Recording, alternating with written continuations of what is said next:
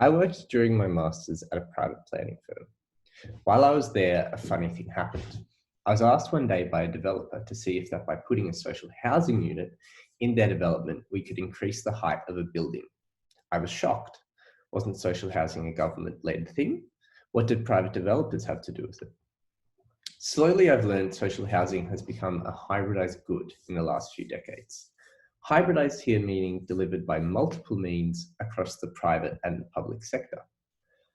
Last year, the Victorian government announced the Big Housing Build, the biggest social housing funding package it's ever released. And I wanted to understand how hybrid this package was, or in other words, how far was it from government-delivered social housing? For the last 20 years, academics have been trying to understand how hybrid the third sector in social housing delivery is, the community housing providers, the new non-for-profits who are gradually replacing old school public housing agencies and asking how corporate are they? How socially minded are they? Recent studies have tested housing provider hybridity by trying to understand how entrepreneurial they are. And they've done this by developing an analytic framework over here, looking at the markers of entrepreneurialism and how they come out in their governance, values, and practices. However, I wanted to not just apply this framework to housing providers, I wanted to see if I could use the framework to test the hybridity of all the stakeholders involved.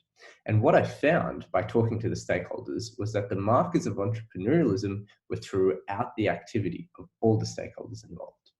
In terms of governance, the state government had defined the Big Housing Build as a COVID stimulus, treating social housing like a commodity. And they in the federal government are almost exclusively funding the housing providers, non-for-profit but private entities, while local governments are trying to set up trusts and companies to partner with the private sector to gain access to this funding. In terms of values, stakeholders across the system are deferring responsibility for social housing to the housing providers, who stress the importance of financial viability and value maximisation, while the state government just wants to support this market of specialised housing providers.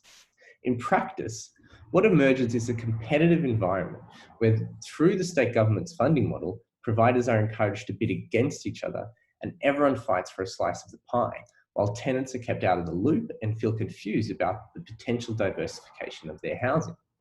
The overall outcome of this hybridity is that the new social housing is often being considered through an entrepreneurial lens on the basis of development feasibility, land availability, and the best value for money, rather than deliberated research and need. Future research into social housing systems must consider that it is not just the housing providers that are hybrid at being entrepreneurial, but often all levels of government too.